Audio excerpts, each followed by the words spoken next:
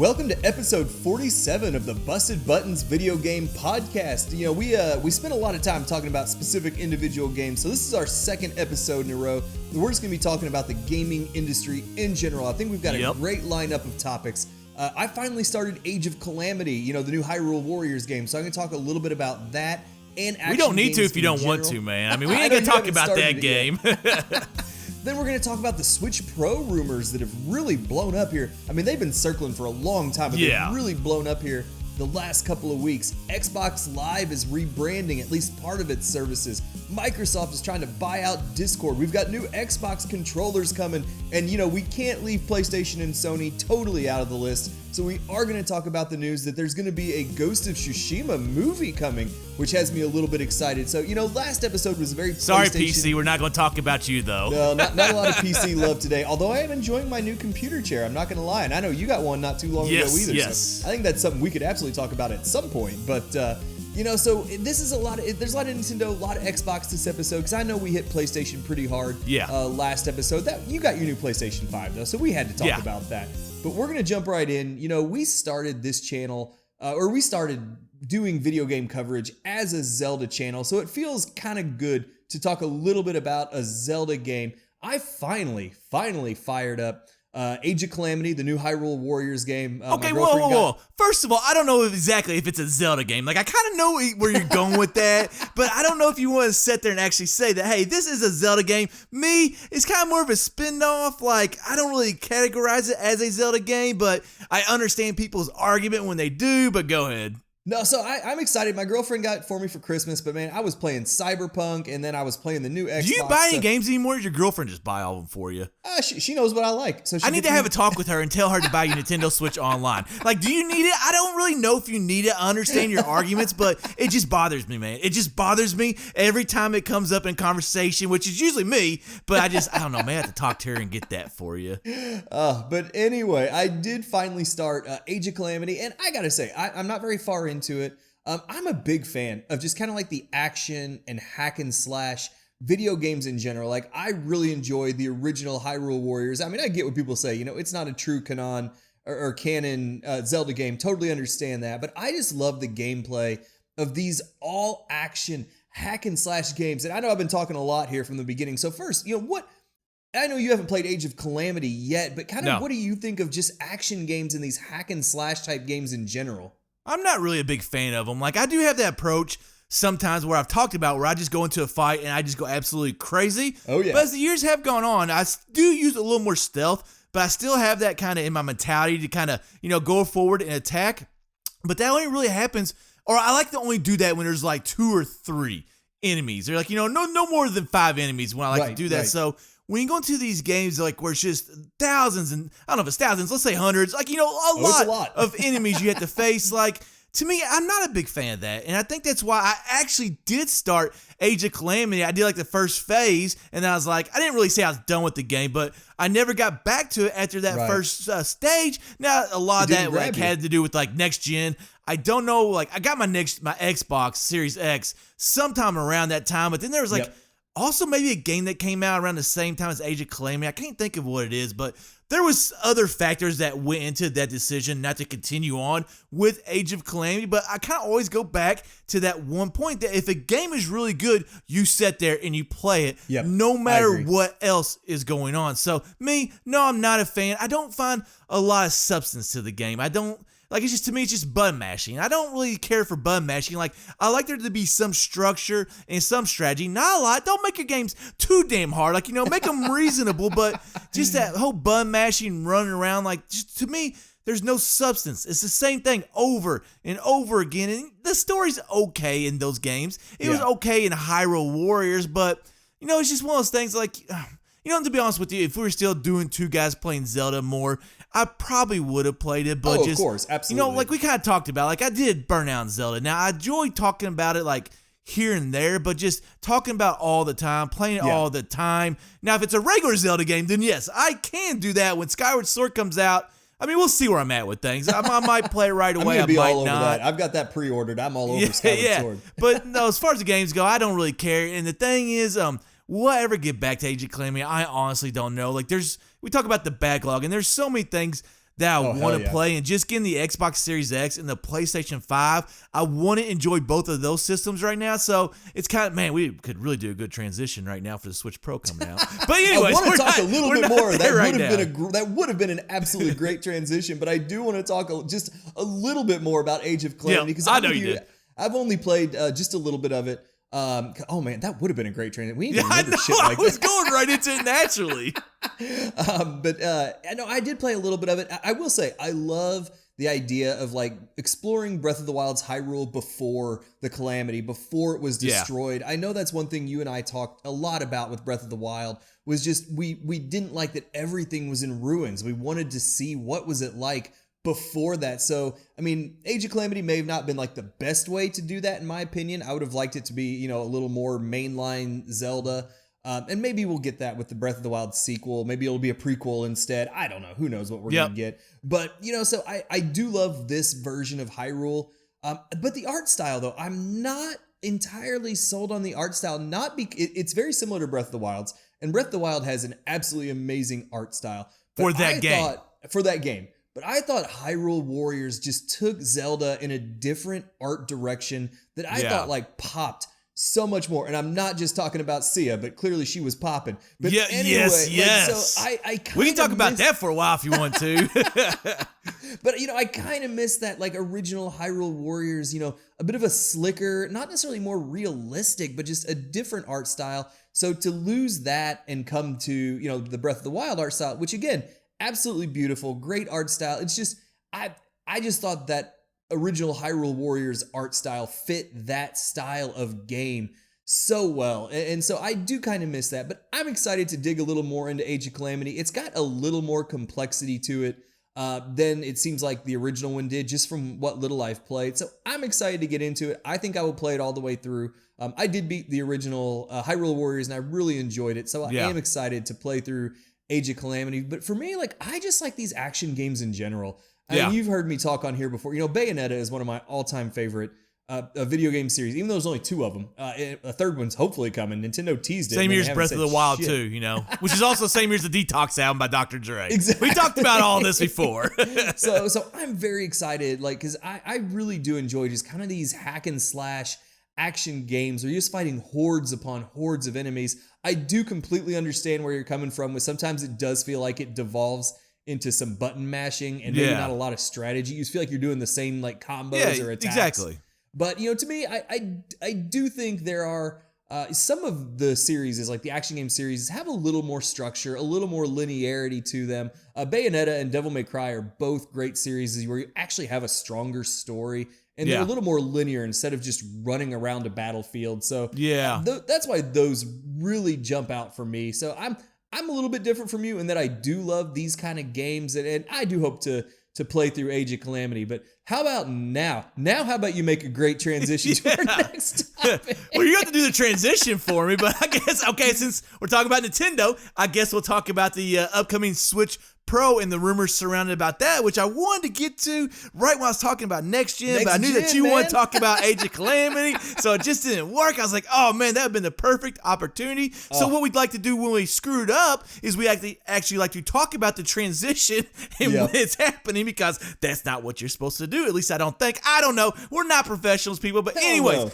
the potential Nintendo Switch Pro, we've talked about this before. It's been a rumor for years and years, and I think we're kind of close to them. What year is it? 2021. The Switch has been out for 3.5 years. You think a console's about a life cycle of about 7. So this is midway. So you would expect some kind of upgrade or update. Right. It'd be an upgrade, I guess, right about now, because you can just do the updates to the regular Switch, which I don't know. Like, why do I gotta go out and buy a new Switch to get the update or the upgrade? Like, why can't you just come with that stuff on your system, which is what I'm hoping, like I said in last episode, PS5, make it big so you can add stuff to that's already there, and you don't have to go out and buy a new system. But anyways, that's not the point of this conversation. But this whole Switch Pro, first of all, the rumors kind of are a 7-inch screen instead of a 6.2-inch.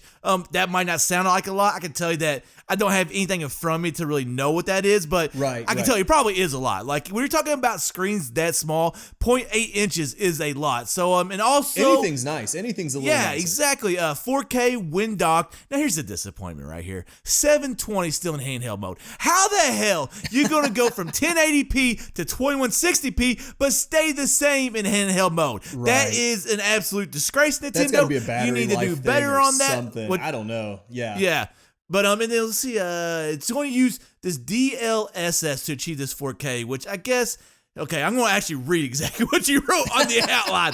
It uses AI to enhance lower resolution images to higher resolution without needing a higher end graphics card. I had no idea what any of that means. I just know that they're doing something fancy to get 4K. I can jump in on that one because when I heard that, and I've heard the term DLSS, but I'm not an expert. It's apparently a piece of NVIDIA technology. And like what it does, like it uses this, computer learning, this AI to like, it fills in the blanks almost. So like say it's running natively at only 720K, but this AI like DLS, it's like deep learning. I forget what the SS stands for, but it like fills in the gaps. Like it uses AI to fill in and make it appear higher resolution. And when the technology was like really young, that led to some kind of actual crappier images because the AI wasn't that smart yet. Yeah. Mm-hmm. But I guess it's really improved. And there have been some studies and articles I've read, a lot of it just this week when I was researching this episode. Yeah. Mm-hmm. People were talking like sometimes DLSS actually creates a better image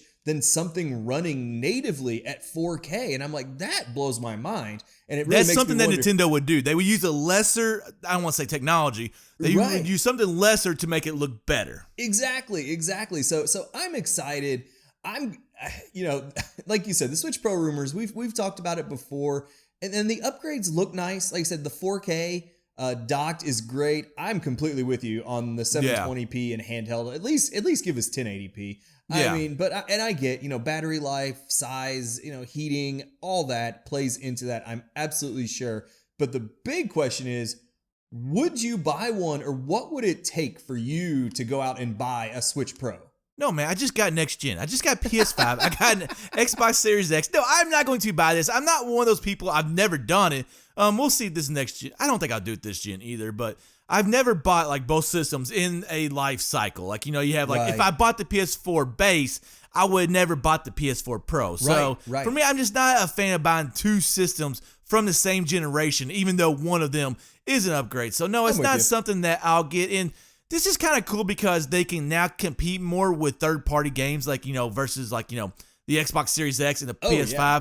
They can compete in that space being 4K, but I think really where their advantage is in the portability aspect of it. And that's where I think they're losing in this whole thing is like, you don't need to be 4K in handheld mode. Now that would be impressive right there. Would be amazing. It'd kill your battery in about 2 minutes.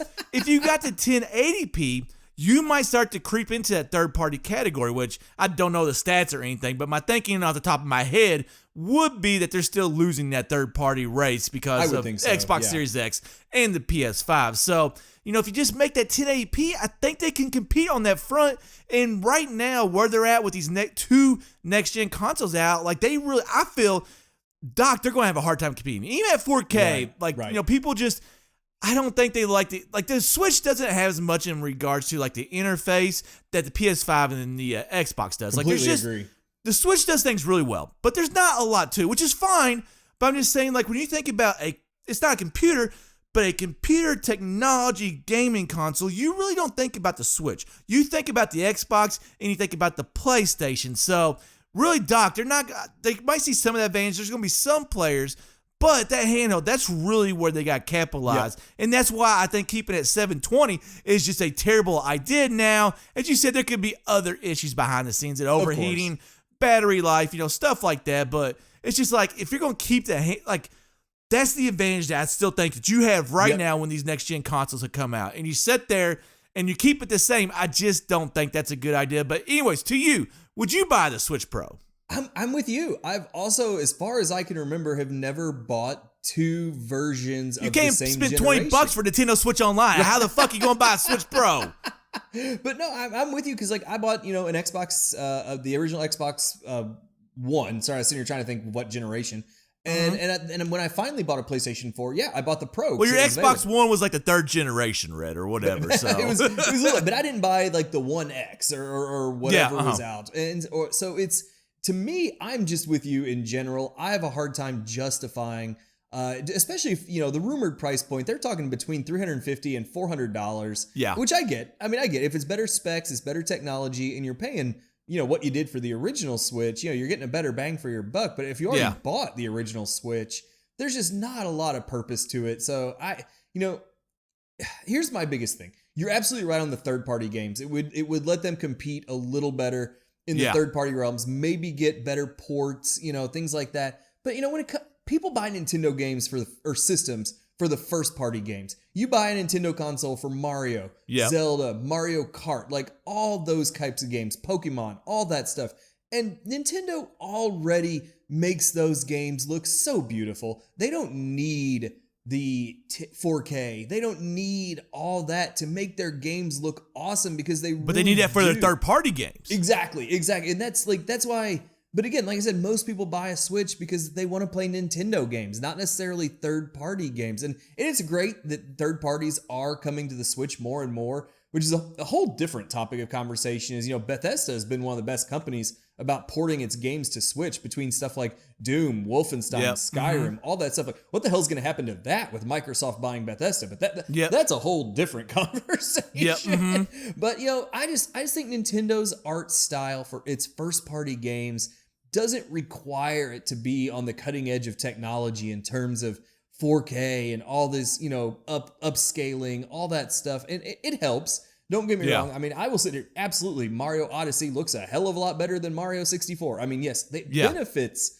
from the better technology, but it's not a necessity for those Nintendo first-party games. So as long as he keeps playing Nintendo first-party games and they still look awesome, I'm not going to sweat too much about the Pro version, because if I want to play a third-party game, I'm going to play it on my fucking Xbox Series X or down the line, the PlayStation 5. So I know not everyone's in that fortunate position that, that we really are, and we can do that. But, to me, it's great that they're doing it. Not something I'm necessarily going to jump out and buy day one. But, we've spent our first, 18 minutes here talking about Nintendo. Let's talk a little bit about Microsoft, because they've also been in the news quite a bit here lately. One of the big announcements, and this kind of blew my mind, I mentioned Microsoft buying Bethesda.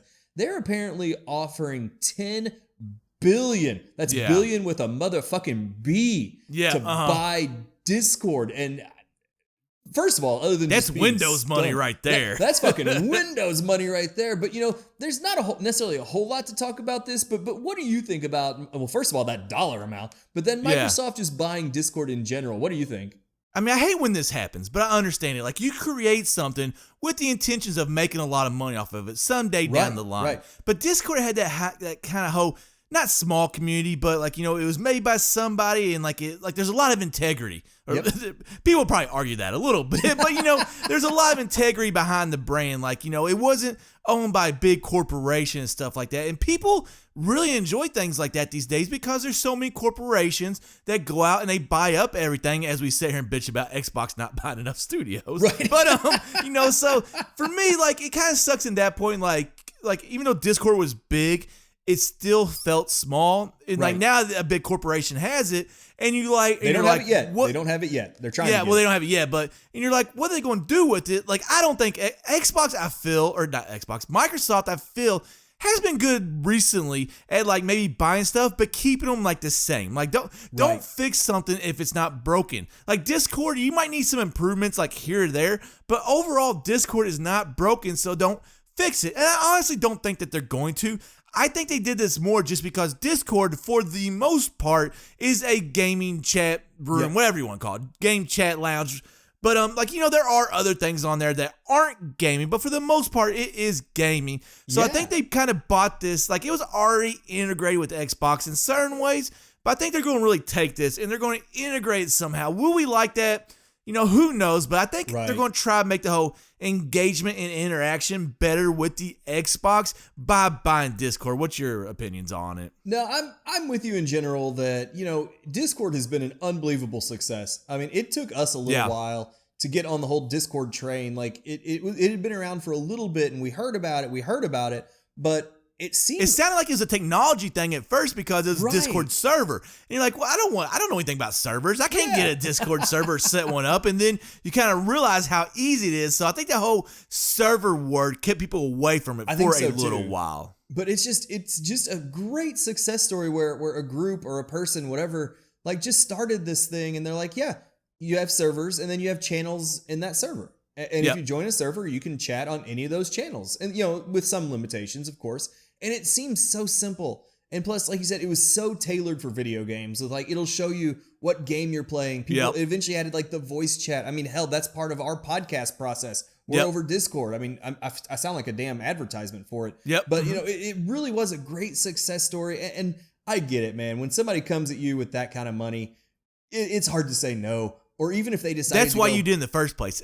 Everybody creates to make money. Like, you don't create something just to create. I'm sorry, if I created something and Microsoft came to my door with a $10 billion check, I would be signing that thing before I even knew what happened. Yeah, so y'all shut up. You don't have $10 million $10 billion in front of your face. Because you would do, everybody here, listen to this podcast, would do the exact same thing if they saw $10 billion. They'd be like, bye, I'm out of here. Good luck. I'm going to live on an island somewhere. Exactly. And so, I'm happy for the people who created Discord if it goes through. I mean, I guess there have been a few suitors coming after it, or they've even talked about maybe going public, which also works.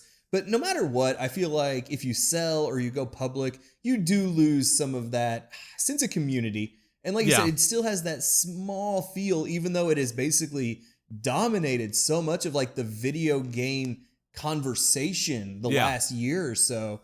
It's just with how quickly it advanced and became the go-to place to talk video games, to stream, like, other than Twitch, of course. But, so I would be sad to see it sell, but I would completely understand it. My thought is, Microsoft already has its messaging video service with Skype. I don't know if they would get rid of that shit now. Right. Get Discord and get rid of Skype. Skype is terrible, man. I'm with you. I'm not a big Skype fan. We use Skype before we went to Discord for this podcast. And we had some issues with it. That's for sure. Exactly. So I always hope they would phase it out entirely and just use Discord. And there's always, especially with video game companies, there's always that concern, when a bigger corporation buys out a studio. Like, we've seen it. When Activision... But at least Microsoft is in gaming, unlike Google, who just is like, oh, we're going to start a streaming service one day. They could have bought Discord. And then we all been pissed off about it. So at least somebody that makes video games and video game systems bought it. And I would love to see them, like, if they could find some kind of way to integrate the Xbox Live, the Xbox Network. We'll get to that in a second. Xbox with Discord, and make it smooth and make it work. I would be great with that. Whether it's sharing videos and screenshots or streaming straight from your Xbox over Discord, like, I'm sure there's ways they could really integrate that. And I think it'd look really cool. Like, I just know a lot of fans have been burned when it comes to video games. Usually it's bigger studios buying littler studios. Yeah. I mean, we saw that when Activision was buying up everybody. EA was buying up everybody. And you saw beloved studios like Blizzard and BioWare they haven't gone away, obviously. Blizzard and BioWare are still both huge, but they've both, the quality definitely dropped. You got more corporate involvement. Yep. And it's just like shareholders like, when is the game coming out? When is the game coming out? They know nothing about actually developing games. That's the issue. Exactly. So it's hit or miss. Like, good for Discord, good for the people who created it, because like we said, if someone's giving me $10 billion, I'm taking it and I'm not asking twice.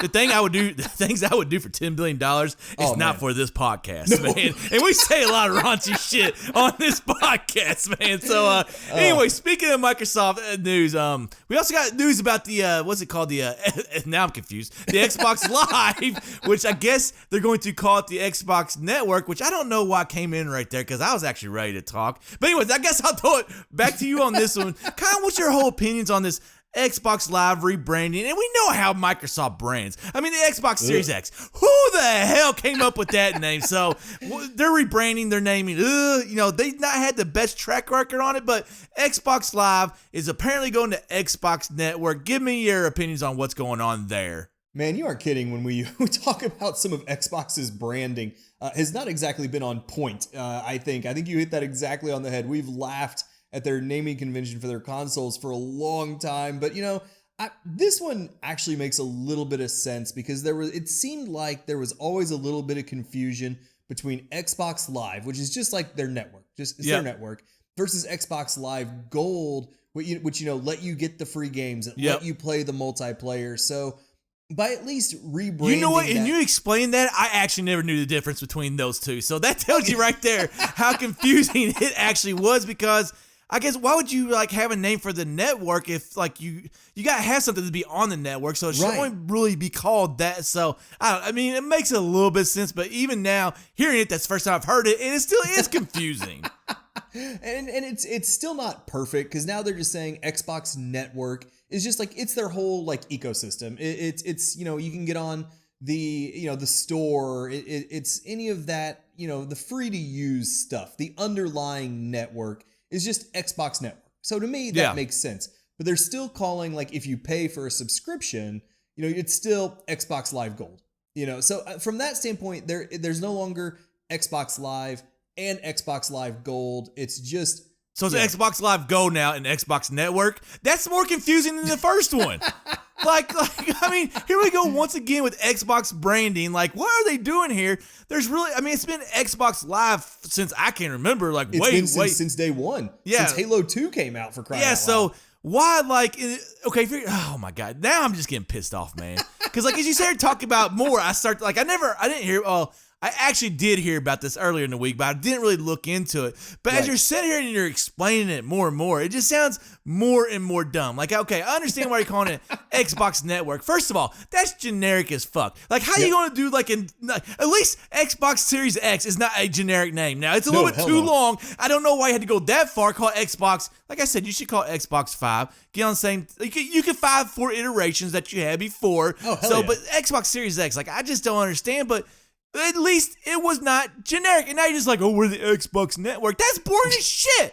You're I like Xbox Live a lot better than that name. So, but I'm getting mad. Because, you're going to call it Xbox Network, but then you got the Xbox Live Gold. Why can't you just call it fucking Xbox Gold? That makes sense, because you're getting rid of the Live, you're rebranding to the network, so take that damn bitch out of the subscription and just call it Xbox Gold. Damn, Xbox, you're making shit too complicated. PlayStation is PlayStation Plus. That's all it fucking is. You buy PlayStation Plus, you get some deals, you play online, bam, boom. They don't have a fucking name for their network. It's just the fucking network. It's just called the network. It actually doesn't have a name, I don't think. We haven't been good and pissed off about something on this episode, so I'm glad you got worked up. I feel like we've been a little even keel just talking news here, so I'm glad something got that fire going. I don't know. I really get worked up sometimes, and a lot of times, I hear something, I really don't think about it. And like I said, I was hearing you explain it. I was like, nah, I don't like this at all. It's the same thing with Nintendo Switch Online. That's way too long of a name. Right. Now it's cool. Let's not get into that. Let's just not get into that, okay? I don't want to go off again, but that right there is too long, too. And that's one part where, one place where PlayStation gets it right. You basically have your PlayStation Plus, and that's really everything. It's not your subscription. That's PlayStation Now. But, you get your discounts, and that's also how you play online. You pay $60, you can play online, and you get these discounts. Simple, bam, bam. Man, Xbox over here, no, you have a network. I don't know if PlayStation's is that much simpler, because you got PSN, PlayStation Network, then you got PlayStation Plus, then you got PlayStation Now. I'm not sure. I think they're both fucking this up. Okay, I forgot about PSN. I honestly forgot about PSN. That's a good point, because, people have tags and everything. Okay, that's good. I still like it better than Xbox, though. But I will say, I think all of this is kind of a bit of a reaction. I think it was a couple months ago, they had floated the idea of increasing the price of Xbox Live Gold, and the backlash was pretty severe. Which is unnecessary in my opinion, because things are costing more these days, but whatever. Well, it's just now I'm going to go. It's just like people bitching about games costing $70 now. Yeah, Guess what? They've been $60 for 15 fucking years. You think it costs the same to make a 4K 150-hour open world game that it did to make fucking Super Mario back in the 80s? No! Yeah. Pay 10 more bucks. You know how gamers are, man. They're cheap. I don't want to pay more for my games. Well, then get off your fucking ass and go to school and quit playing games. So, tangent, but don't get me going. Man, I'm worked up again. But But man, so like, and that got a lot of backlash, which like I said, it kind of pisses me off, but I think Microsoft really floated that on purpose just to gauge the reaction. Yeah. And, and part of this, like they just want to get a different name associated with it. I get that. But they're keeping the Xbox Live Gold name, though, which still does. I'm with you. Doesn't make a ton of fucking sense. One thing I do like to see, Let me ask you a question. I kind of like a little bit off topic, but go ahead. This generation not feel a little bit different? Like every generation is different, but I don't know what it is with this generation, but it's like we're changing things and like there's a new future that's not been the same in gaming. Like it just overall just feels different to me. I think it does, and I'm excited about where it's going. Like, there's more and more at our fingertips. I mean, we've pimped Game Pass before. We've pimped. Yes. We're hoping PlayStation Now gets the streaming. We're hoping all that stuff gets there, and it's so exciting. Like, I feel like, and it's not even to do with like graphics or anything like that. It's just all this other quality of life stuff. It's about the experience nowadays. Like, okay, 4K. It really is. Yeah, it looks great, but PlayStation's also doing that. So, like, what else are you going to offer me in terms of experience? That's what I want from you nowadays, and it really feels like they're kind of focusing on that. And we kind of saw with the last topic with Xbox and Discord, like they're kind of getting outside the games and trying to focus on the interaction and the experience. So I really don't know where I was going with that. So you can kind of continue on with your point. No, you're absolutely right though. In this day and age where there's so much content creators on YouTube. There's so many streamers on Twitch. Discord blew up with people who just want to talk video games. Like it's gone beyond just finding a multiplayer, server or a multiplayer room on fucking Halo 3 and just playing with those people. Like it has blown up into such a huge industry that just. But do we miss those small knitted groups that we don't see as much anymore? I don't play on Twitch. Our YouTube obviously has slowed the fuck down. I mean, I'm sorry, I'm dropping a lot of F-bombs. I'm a little worked up now too. But, hey, we always say this is not the PG channel. So. I mean, it's like, when the first Halo game came out, like, you had your 8 friends that you sat there and you played Halo with. And like a lot of that really is gone. And I'm not saying that's a bad thing, but just we have access to talk with more people and to interact with more people, which is great. But at the same time, you lose some of that small knit community. Like, if you have a Discord server with 10 people, like, why would I come to your Discord server? There's only 10 people. Like, it's all about how many followers you have these days and how many people are on your Discord server and all that other stuff. Numbers.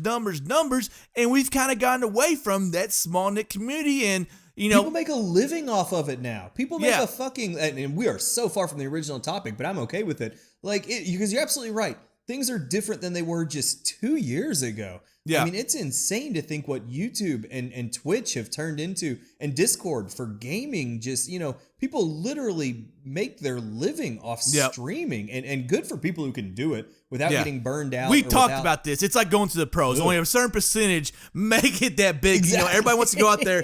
Everybody thinks they can do it. People, I'm telling you right now, it's not easy. A lot of times those people have backers, whether it be like, an investor or a big company or something like that. Or someone helps edit their stuff for Yes, them, exactly. They have money. Like, let's be honest. This stuff, it costs a lot of money, and to do all this on your own is almost damn near impossible. So these people, most of them, I'm not saying that there's not somebody who started off doing it all their own that made big. That definitely probably happened. But I'm saying the majority of these people, they have some kind of resource that is helping them out. Whether it be money, whether it be a team, whether it be a business backing them, they have something. So don't sit there. I'm giving you all advice. Don't sit there and think you can make a living on gaming. It's very hard. The market's oversaturated and it's becoming more and more saturated. And the other thing is, you're seeing a lot of these people that are doing it, they are starting to become like kind of depressed. Like, we've seen, not to, get too dark, but we've seen some suicides from people like this and stuff like the that. Mental health aspect. Like, suicides, depression. So,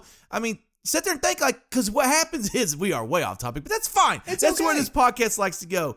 But you get to that point where you get so many people and they demand stuff. And you just get stressed off because you're like, okay, I got to have this content, and this content by this day. And then it literally does become a job. You have to do it. You lose the fun in it and you start to hate it. I'm not saying that's what always leads to. Games are no longer fun at that point. Yeah, I'm not saying that's what livelihood. It's no longer fun. Go ahead. No, I was just. We keep on interrupting me while I'm trying to spit it out, so go ahead. Sorry, no, but I love that you hit on that point. The biggest thing, it's no longer fun. Video games are supposed to be fun. They're a hobby. Even in like competitive scenes, it's still fun. It's like playing a sport.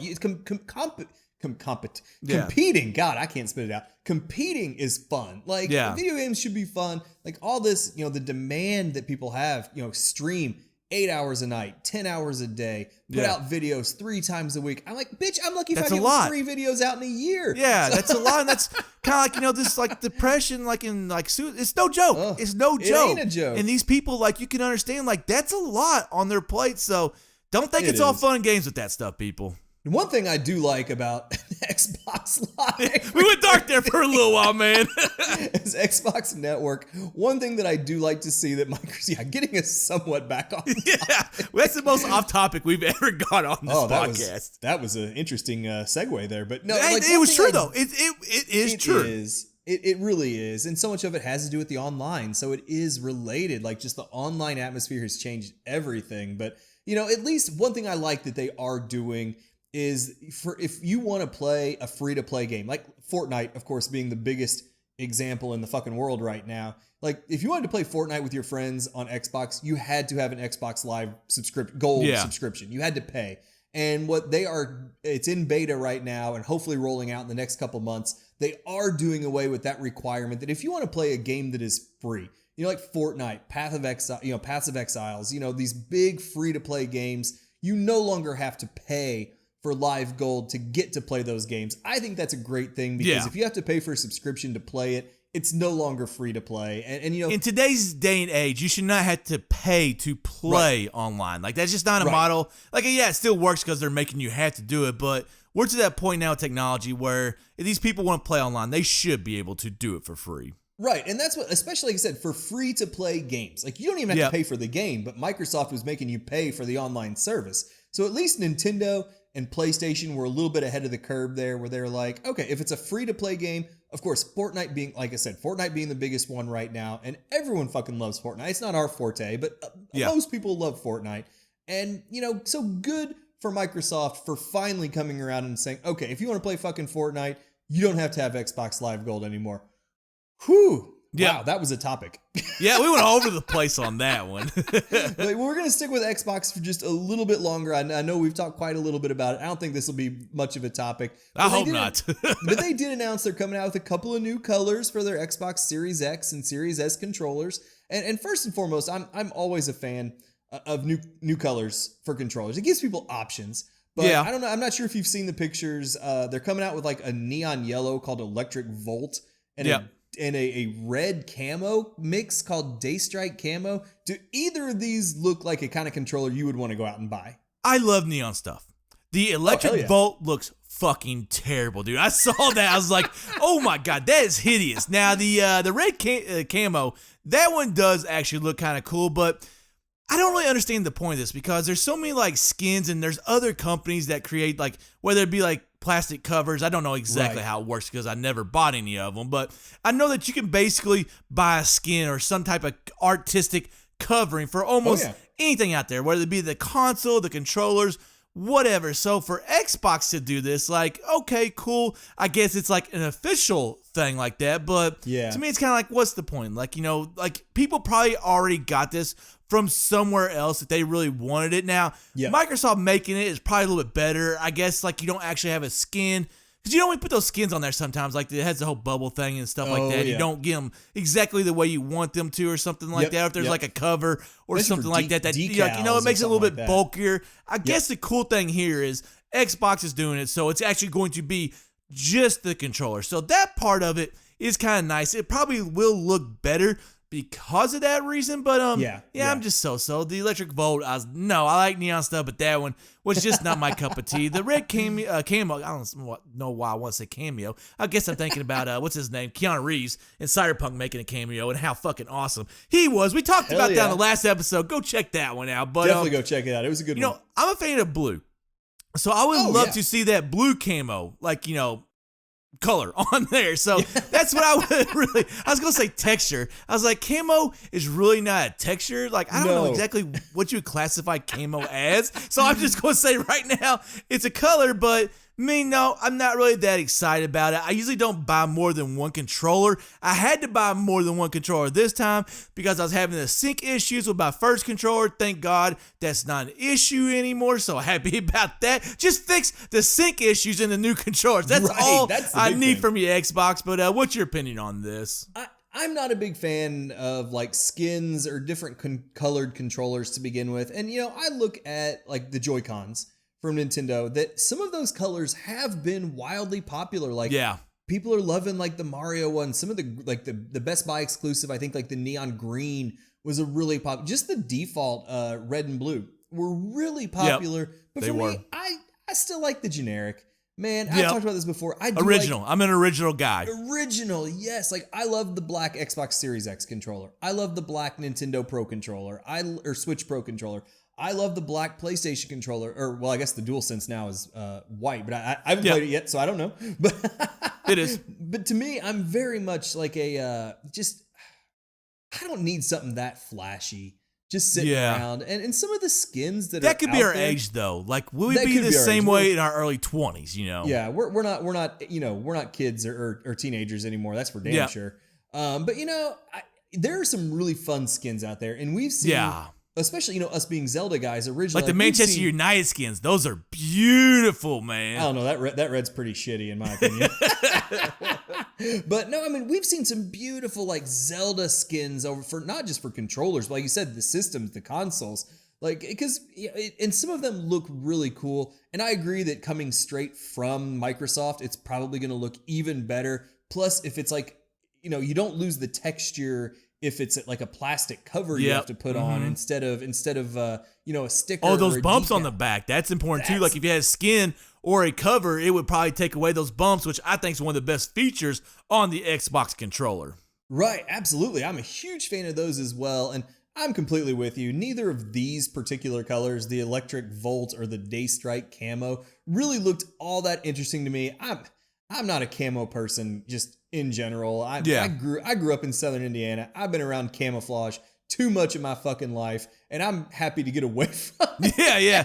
I don't mind like the design of it. It's okay, but I mean, it's not something that I've really ever worn. I don't know if I've ever worn camo, to be honest with you. My wife always wanted me to get one of those camo like shorts, like the khaki shorts or whatever. Oh, those aren't bad. She wants to buy them, I'll wear them, but other than that, I never really got into the whole hunting thing or camo or anything like that. So I am with you, but I don't mind the design. Like, it looks okay, but we can't go. We talked about Nintendo. We talked about Xbox. We cannot go the whole podcast without talking about Sony and PlayStation. Because right now, I am a PlayStation guy. But damn, I ain't gonna lie. Like I said last podcast episode, Xbox is not too far behind. But right now, PlayStation guy, loving my PS5 and everything. So sadly, I don't know why I'm so excited about that because we're actually not going to talk about PS5. We're going to talk about Ghost of Tsushima and the Ghost of Tsushima movie that is in development. Now, I mean, see, here's the thing.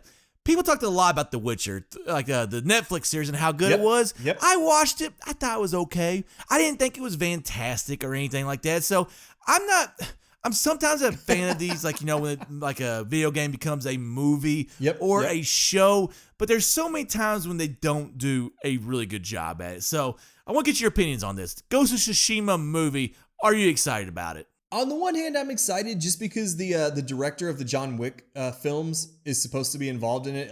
Chad, I'm going to butcher his last name, Chad Stahelski, and I could be way off on that. But I love the John Wick flicks. All three of them, I thought they're just action-packed. The choreography is amazing. Good story, well, decent stories to them for just, random action flicks. But the action is so good in them. And that's one thing that I think would translate well to Ghost of Tsushima's combat. Just because that katana combat and like that whole samurai style, I think would look really beautiful with the right director. Just don't get Tom Cruise to play the last one. All right, God, who thought of that idea? Oh, it was the Dances with Wolves, but in Japan. Yeah, the last samurai. Gosh. So I'm tentatively excited. Like I think it would work better as a TV series just because Ghost of Tsushima was such a long game. Agreed. It had very distinct acts or sections. You cram all that into a movie, it's a lot. It's a lot. It is. So I'm a little bit worried about that aspect, that it's just going to feel rushed or they're going to make it too long. But Ghost of Tsushima is obviously one of our favorite games of 2020. It's one of it's just an amazing all-around game. Yep. So in the right hands, I hope it can be done well. Is it something that you'll rush out to see, or are you going to wait for reviews? Well, I can't remember the last time. I went out and saw a Star Wars movie, but overall, I don't go out and watch movies that often. A lot of it's that often. A lot of that is kids. I'm just not really a big fan of going to the movies. Like, I don't like sitting in the dark for like 2 hours. It's like I got better things. COVID hasn't helped either. Yeah, well, yeah, COVID has not helped on that front either. So I'm not a huge fan of going to the movies. So I think if you were going to ask me in this day and age, yes, I would rather it be a show or a movie that comes straight to streaming, like, your HBO Max stuff. Right. And, all that stuff kind of going on, which some of that comes to Mortal Netflix. Kombat's coming out soon on HBO Max. Yeah, like, all I'll these be watching that. movies that come straight to the streaming services. Like, if they're going to do a movie, I want it to kind of be like that. And I think they will do that, because I don't feel like this is a box office hit, because if you've not played the game, the movie still can work if you've not played the game, right? But it's going to be a lot better if you played the game. And even I hate saying this, but selling a Japanese themed game to an American audience will be tough as well, and it shouldn't be. And it shouldn't be. But that is a reality. But we're talking about a movie, like I think with a game you can do it, but I think a movie's a different media. So absolutely. Like I agree with you. Like, it's kind of a lot harder to sell that, because one thing that I found cool with Ghost of Tsushima is that I learned a little bit about the samurai culture. Like, I didn't know any of that before. And if you're going into talking about how it's hard to sell to an American market, if you're going into a movie not playing this game, you don't know a lot about the samurai history. So that's going to, right there, really affect, I think, how much you might get into the movie. Not saying those people wouldn't like it. I'm just saying those people probably aren't educated on the culture as much. And so, they might just not be into it as, other places in the world and stuff like that. But I think I'd really rather be a movie that came to one of these streaming services, Paramount Plus, because once again, this is how you fuckers get me. I got this for a stupid Champions League game, and now I'm sitting here, you got canceled in a week. I forgot. So now I got Paramount Plus. So please bring it to Paramount Plus so I can have a reason to have another damn subscription service, because I already have fucking 20 of them, and I got that on top of cable. Like, I guess, my problem is I like having options. Like, do I use it? No, but I like having the option that if something ever did come on, I do have access to it. So one of these days, I got to go back. I got to cancel all these streaming services, man, because I just got too many. But well, God knows Man United ain't playing in the Champions League right now, so I don't know why you still have Paramount. Yeah, whatever. I try to get Bunny to soccer. He's like, I want to watch the Man City game, so that's why I got it. I was like, Paramount. I'll tell you what, though, man. Kind of go off topic. Peacock, the NBC one that you had to get for the Premier League, that's actually one of the best streaming services that I've got conned into buying. So we'll see. We'll see how Paramount Plus does. They got a lot of good movies. So, Peacock picked up WWE Network too. Yeah, so that's a good one right there. I have to check that out. But I actually converted over to Peacock. I had to because I had nice. WWE Network, But Ghost of Tsushima, do you have anything else you want to say on it? No, I'll probably see it if it reviews well. If it reviews like shit, I'll skip it. Yep. So next week, that's kind of all we got to talk about, I guess, today. Next week, I don't think I'm quite ready to get back to another game this early. Those Galaxy games, they really did a number on me. So let's see. Next episode will be 48. We looked at 100 fucking galaxies across 2 episodes. I say 48. Let's just talk the gaming industry again, and then we'll go ahead and set ourselves up for episode 49. In episode 49, we will talk about Cyberpunk 2077. So, but like I said, next episode, gaming industry again. But let's go ahead and wrap up. All these links will be in the description, but you can support us on Patreon or PayPal. And if you can't support us financially, please leave a review or a rating. They really help out with SEO rankings. When people search video games, if you have more reviews and ratings, you will show up higher. And then we also have some kick-ass video game merchandise at our website, tgpcgaming.com. That is an affiliate shop, so we may earn a commission on purchases through our links. Red, why don't you tell them about some of the other stuff we got going on out there? Well, we're on YouTube, and we got 2 YouTube channels. We got 2 guys playing Zelda, and we have TGPZ Gaming. Sorry. Yep. We've only been doing this for 47 episodes. I still fuck it up every now and then. Yep. We pimped Discord earlier. Absolutely love our Discord server. We talk Nintendo, Xbox, Sony. We talk sports. We talk booze. We talk TV shows. We talk everything. Love our Discord community very much. I hope they don't go away if this Microsoft sale goes through. We're also on social media with Twitter and Instagram, Busted Buttons PC. This was a great episode. Yep. Man, we went on some interesting tangents Yes, that we yes. weren't expecting. But I hope that Some serious ones and some happy ones, you know? Yep. I think that hope that makes us, sound authentic. It's not just all Yep. rehearsed. It's not all that Yep. shit. We got an outline, but we like to go off script every now Yep. and then. So thank you guys for listening, and we'll be back with more gaming news in the next episode.